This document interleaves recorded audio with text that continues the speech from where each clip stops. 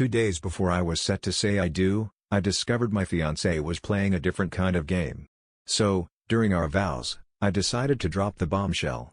Let's just say, the wedding took a turn for the dramatic, and I left her standing there with a look that could curdle milk. Weddings are meant to be a joyous occasion, filled with love, togetherness, and perhaps a few questionable dance moves and a speech from the best man that might make you cringe just a little.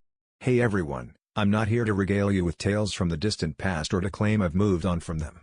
So, here I am, fresh off the latest drama and in dire need of some sage advice, preferably before my coffee gets cold. Once I lay out my situation, you'll see where I'm coming from. But let me tell you, my brain is like a jigsaw puzzle tossed in the air, and I could really use some kind words and a sprinkle of good advice. Honestly, that's about all I'm hoping for at the moment. I'm in a bit of a pickle here, and the way forward feels like a mystery novel with no plot twist in sight. Let's get straight to the point. I'm currently in the engagement phase, and in just 2 days, I'll be tying the knot. So, there I was, just a humble intern in a foreign land, when I stumbled upon Louisa, my fiancée. Who knew that a chance encounter at work could lead to a love story? Life really does have a funny way of surprising you. I set out on my overseas adventure with the sole intention of having a good time, but then there she was, popping up at work like an unexpected plot twist. Before I could say what's next, I found myself genuinely enjoying her company more than I ever anticipated. Well, from that point on, it wasn't exactly a wild ride when we began spending more time together. She began sharing all sorts of fascinating tidbits about her country, and before we knew it, we were spending our nights together, wrapped up in stories and laughter. After a few months of pondering, it hit me like a ton of bricks, I was head over heels for her. So, without a second thought, I decided to spill the beans and let her in on my little secret. Well, I hadn't exactly racked up a ton of relationship experience before that, but I fancied myself quite the romantic, you know? Back then, I was still fresh-faced and full of optimism. Fortunately for me, she was on the same page, and just like that, we dove into the delightful chaos of dating. Well, that went swimmingly. After wrapping up my internship and heading back home, we embarked on a long-distance romance for just over a year. Then, like a plot twist in a novel, she made her way to the US. It seemed like a no-brainer for us, really. Her plans already had the US on the itinerary, so it was like the universe conspired to make it all come together perfectly when she decided to hop over. Smooth sailing all the way. Now, before you jump to conclusions and think she's just in it for the passport, let me clarify, I was the one making all the moves during my internship. It's not like she concocted this grand scheme just to snag a green card by marrying me. After 5 years of cohabitation, I finally popped the question, and let me tell you, it was a moment straight out of a rom-com, minus the dramatic music, of course. Well, that was a few months back, and let me tell you, we've been knee-deep in wedding planning ever since. It's bound to cost a pretty penny, as these things often do, but we've pulled out all the stops to pinch those pesky pennies wherever possible. I've always found it a bit puzzling how couples can nearly wipe out their savings and then kick off their newlywed life from scratch, financially speaking. It's like starting a game of Monopoly with no money, good luck with that. Well, all that aside, I reckon it's important to set the stage here. So, guess what? We're tying the knot soon. That's the gist of it. Oh, I'm just bubbling with excitement over here, or at least I was, until reality decided to drop by for a visit. Now, let's dive into the real reason I'm putting pen to paper, or fingers to keyboard, if we're being modern about it. The most frustrating thing is that as I write about it, it feels like I'm bringing it to life, and yet, I haven't spilled the beans to a soul about any of this. Here's the scoop on what went down. With work and a whirlwind of wedding plans, Louisa and I seem to be living out of our shoes these days, barely spending a moment at home. Keeping track of our daily adventures is like trying to herd cats. We lay out our grand plans before stepping out the door, and then, like seasoned storytellers, we regale each other with tales of our escapades when we return home. Amidst our whirlwind of chaotic schedules, she somehow managed to squeeze in a little extracurricular activity, being a cheater. Let me tell you, the way I stumbled upon that was downright ridiculous. I was all set to meet the caterer to chat about some menu tweaks and sample a few dishes. She had faith in me to handle it, which felt like a big deal, no pressure, right? In the meantime, she mentioned she was off to do a last fitting for her dress. Now, I should probably point out that we had a date with the baker just a few days later. So there I was, leaving the caterer's place, minding my own business, when I strolled past the plaza and, lo and behold, there was the baker's car parked right there. Talk about a plot twist. I mean, who knew the world of catering and baking was so interconnected? It left me scratching my head, wondering if I had just stumbled into a culinary soap opera. It just happened to be on my way, and I got lucky enough to catch a glimpse of her car nestled among the sea of parked vehicles. Feeling a bit lost, I decided to swing into the plaza and give her a ring.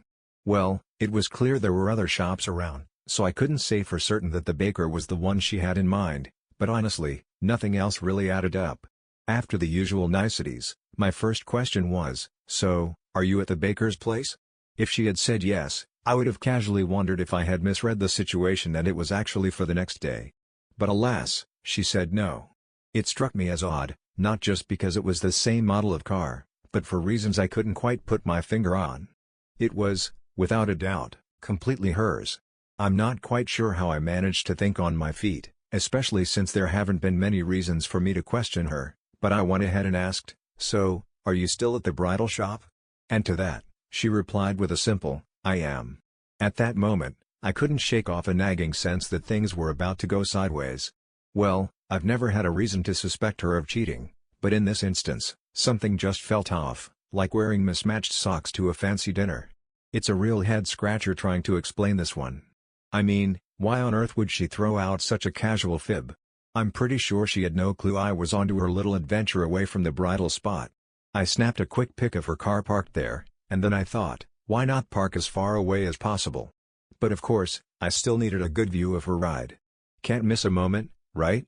Honestly, I think my paranoia was just a side effect of binge reading all those wild tales around here.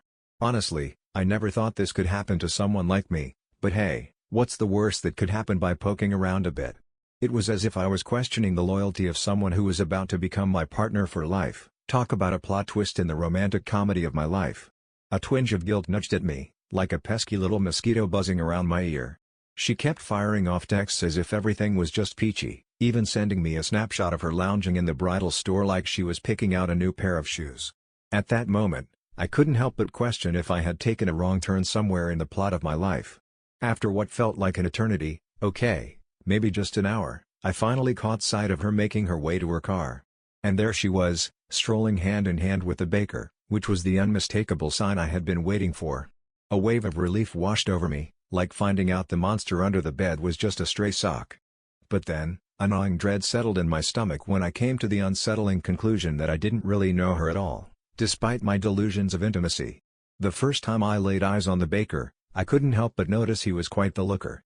But aside from that little detail, I really didn't see any reason to feel insecure. I mean, come on, it's just bread, right? It's become painfully obvious that a touch of jealousy and insecurity might have done me some good. Who knows? Maybe it would have sent her running in the opposite direction from whatever shenanigans they were up to. By the time I had the bright idea to whip out my phone and start recording, they were practically hugging the car. The video was pretty brief when it got to the part where you could see their faces, but luckily there was just enough footage to actually recognize both of them. She hopped into the car, hit the gas, and just like that, she was off into the sunset. No fanfare, no dramatic music, just a simple getaway. He stood there, watching her car disappear down the road, before finally turning back to the store like a reluctant hero returning to his mundane quest. I was seriously considering marching up to him and demanding some answers, but then it hit me, what a ridiculous idea that would be. Trying to extract the truth from him was like trying to squeeze juice from a rock. Honestly, I get that a bit of assertiveness could have made him crumble like a cookie, but I hesitated. I didn't want to dive into that pool unless I was sure it wasn't just a puddle of misunderstanding. When I finally stumbled through the door that night, I put on my best poker face around Louisa. But let me tell you, it was like trying to ignore a neon sign in a blackout, impossible. I couldn't help but gawk at her, my mind racing with all the secrets she might be hiding. What was she, a magician? Because I was definitely feeling like the audience left in the dark. We were all set to tie the knot in just a couple of days, no kidding. I found myself crafting a few excuses for her, like a novelist spinning a tale to justify a character's antics. I did my best to resist, but my brain had other plans and just wouldn't quit. Well, you know, maybe their hand-holding was just a friendly gesture, nothing more than a buddy-buddy moment. Perhaps my vision was playing tricks on me. Perhaps he was just being a gentleman, lending a hand as she navigated the treacherous terrain of the parking lot. I found myself mulling over a whole parade of ridiculous thoughts. In the end, I was so wound up that the thought of bringing it up with her that night felt like trying to wrestle a greased pig, just not happening. She picked up on the fact that something was a bit off, but I just shrugged it off as pre-wedding jitters. I was hesitant to confront her. It felt like I was on the brink of toppling a carefully balanced tower of anticipation I'd spent years building. I really didn't want to point fingers, you know? If I turned out to be wrong, it could blow up in our faces like a poorly timed joke at a family dinner. Well, that night and the one that followed, I kept my mouth shut until today, the very day I'm putting pen to paper, or fingers to keys, as it were.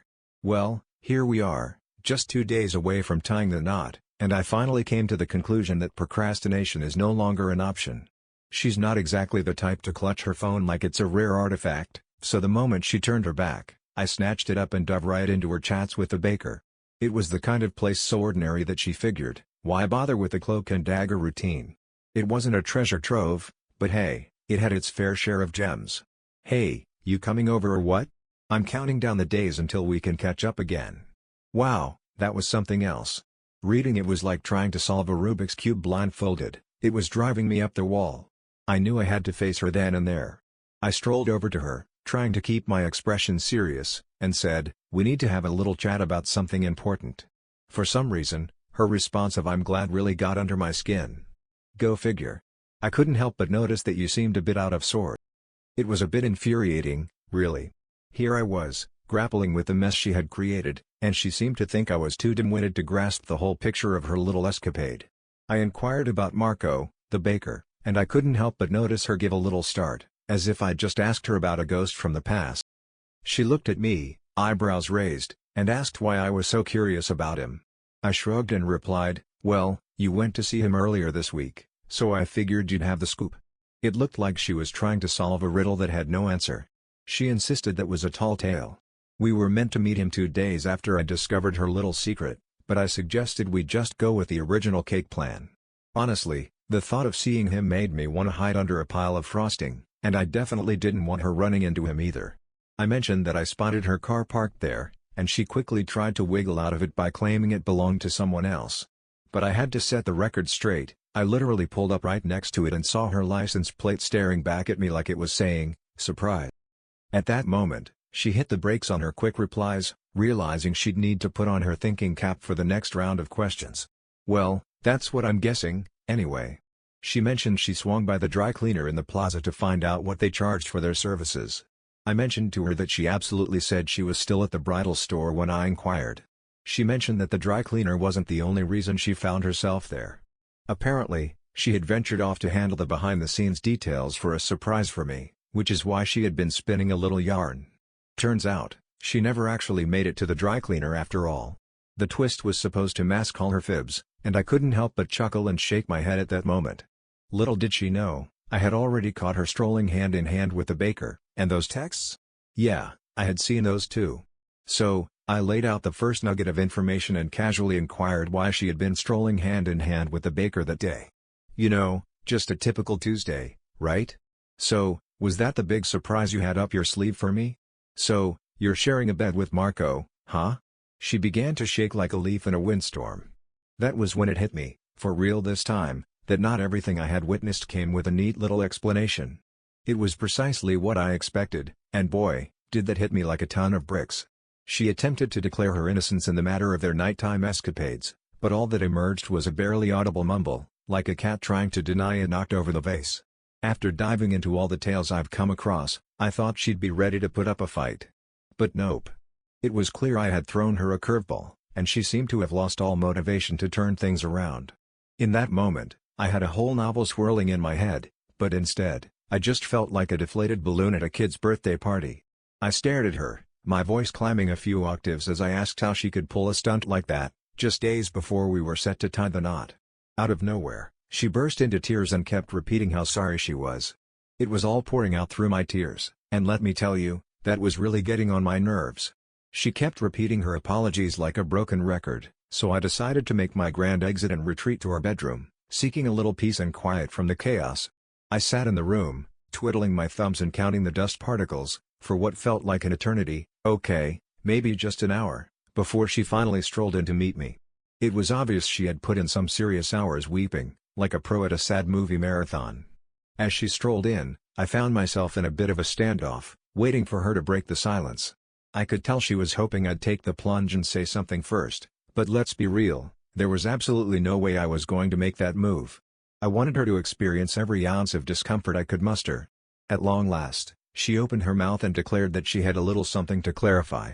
I encouraged her to spill the beans, assuring her I was all ears, but it seemed like she was waiting for the right moment, like a cat contemplating whether to jump off the windowsill.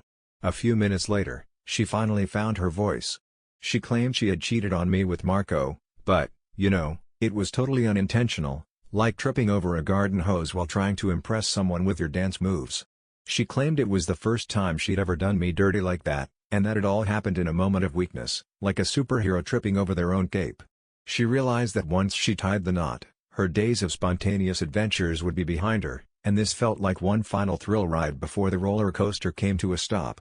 I'm not sure if she thought all that would magically erase my grievances, but let me tell you, it was about as effective as trying to charm a cat with a cucumber. We were all set to tie the knot in just 2 days, and you'd think that would be the moment when your love for someone hits an all-time high, right? The amusing part is that, in spite of everything, she was totally cool with sharing a bed with someone who was practically a stranger. Just days before she was set to say I do to me, she was on the hunt for a little thrill, completely unfazed until the truth came knocking at her door. I laid it all out for her, every last detail. It was like 1,000 tiny gnomes were having a dance party on my nerves, and I'm left standing here, utterly clueless about my next move. Our wedding plans have turned into a treasure hunt, with so much cash buried in them that folks are actually flying in from overseas to join the fun.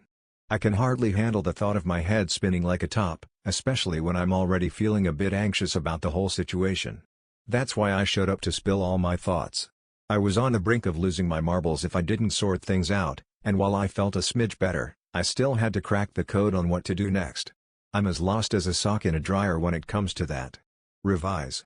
I realize this might come off as a bit bonkers, but I assured Louisa that we'll tackle this head on and make it through the wedding before anything else. She looked like a weight had been lifted off her shoulders, and now she's showering me with affection like I'm the last cookie in the jar.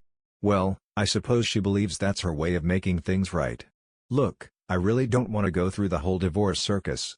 Well, those are a bit of a train wreck, and let me tell you, I've had a front row seat to the chaos through the tailspin around here. After a good long summer with my feelings, it hit me like a ton of bricks, things between us are never going to be the same again. Well, it seems like we've already shelled out for everything, but I'm determined to avoid the day when I find myself saying I do to her. Here's the latest scoop. So, I just tied the knot a few days ago. I know, I'm a bit late with the update, but let me tell you, I was juggling so much that I couldn't pop back in sooner. Life, right? Just wanted to throw a big thank you your way for all the love and support you showed on my last post. You all are the best.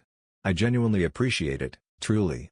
It's like finding an extra fry at the bottom of the bag, unexpected and delightful. I'm ready to close the chapter on this saga of mine, so I'll be putting my best foot forward to zip through all the twists and turns that have unfolded. It seems that putting pen to paper might just be my ticket to finally laying all this to rest. Let's skip to the wedding, shall we? Everything leading up to that point was just as predictable as a rom-com plot twist. I filled my groomsmen in on the grand scheme, and let me tell you, their faces were a picture. Apparently, this was the first they'd heard of my master plan. I made it crystal clear, keep this under wraps. They nodded earnestly, promising me like a bunch of secret agents that their lips would be sealed. Spoiler alert, they weren't exactly the Fort Knox of confidentiality. We went through all the typical shenanigans until we found ourselves standing on the altar, looking like we were about to make some serious vows, or at least a questionable decision. I thought about nudging her to go first with the vows, but then it hit me. My enthusiasm for her romantic declarations was about as strong as my desire to run a marathon. So, like any good protagonist in a rom-com, I took the plunge and decided to say my vows first. I locked eyes with her for a good few seconds, letting my smile fade like a magician's trick gone wrong. It was as if she had a crystal ball tucked away somewhere, because in her eyes, I could almost swear I saw a flicker of recognition. It was the kind of look that said she knew exactly what I was about to do, and let me tell you, she looked like she just spotted a ghost in her closet. I observed a tear making its way down her cheek, and I like to imagine it had absolutely nothing to do with the ceremony at hand. My vows were a bit of a saga, kicking off with the classic tale of that fateful first day I laid eyes on her, how she turned my world upside down, and all that sentimental jazz. As I approached the grand finale of my carefully crafted vows, a wave of nerves washed over me, but there was no turning back now. I was committed to seeing this through, come what may. Off we go to the garden, with just shy of 100 folks in tow. I kicked off my speech with, "But I'm afraid I can't spend the rest of my life with you," and let me tell you, the audible gasps were like a chorus of shocked seagulls. She had that expression, you know, the kind that says she just stumbled upon a ghost at a family reunion, and there she was, valiantly trying to keep the tears at bay. I mentioned to everyone that my beloved fiancée had strayed at least 2 days before that fateful day. The moment I dropped that bombshell, the crowd erupted into a flurry of whispers, like a bunch of squirrels who just spotted a nut. I assured them all that I had photo and video proof stashed away, just in case anyone dared to doubt my words. I shared my feelings about how let down I was by her, claiming she had managed to turn what could have been a great day into a bit of a disaster for all of us. That pain is going to linger in people's minds for the next few years, or at least a couple of months, like an unwelcome guest who just won't take the hint to leave. At that moment, I encouraged everyone to let loose and join the reception, especially since someone else was footing the bill. Well, color me surprised. I certainly didn't think the reception would turn into a full-blown gathering, but lo and behold, it did. After a brief stay, I made the decision to skedaddle because, quite frankly, I just couldn't handle it any longer. I really wanted everyone to enjoy themselves, and according to my groomsmen, except for my best man, who decided to play the role of my personal life coach, they genuinely had a great time. Knowing the money wasn't wasted brought about as much satisfaction as finding a penny in the couch cushions, nice, but not exactly life-changing. So, there I was, leaving the wedding reception, and Louisa decided to turn my phone into her personal hotline. Ring, ring, ring, like a persistent telemarketer. But honestly, I just shrugged it off. She's not exactly a part of my life anymore, after all. It seems I'm in for a bit of a marathon with her antics, but hey, a little nuisance never hurt anyone, right? Just a minor inconvenience on the road to blocking her for good. Putting pen to paper, or fingers to keys, in this case, really lifts my spirits. I'm pretty sure this is the final chapter in this saga, so I just want to give a big shout out to all of you for being such an awesome community for guys like me. You all rock. Honestly, I can't quite wrap my head around the alternate universe Louisa seemed to inhabit. There she was, strolling hand in hand with a baker, all while getting ready for a wedding she clearly had zero respect for. And yet, here we are, witnessing this delightful chaos unfold. Sure, folks will chatter for a bit, but I can assure you, it won't be about you. They'll definitely recall the fellow who took being cheated on in stride, with a touch of grace and a clear head. You dodged a bullet on that one, congrats on escaping a potential sitcom of a marriage. If she was ready to set the whole thing ablaze before the wedding, just picture the delightful chaos a year or two down the line.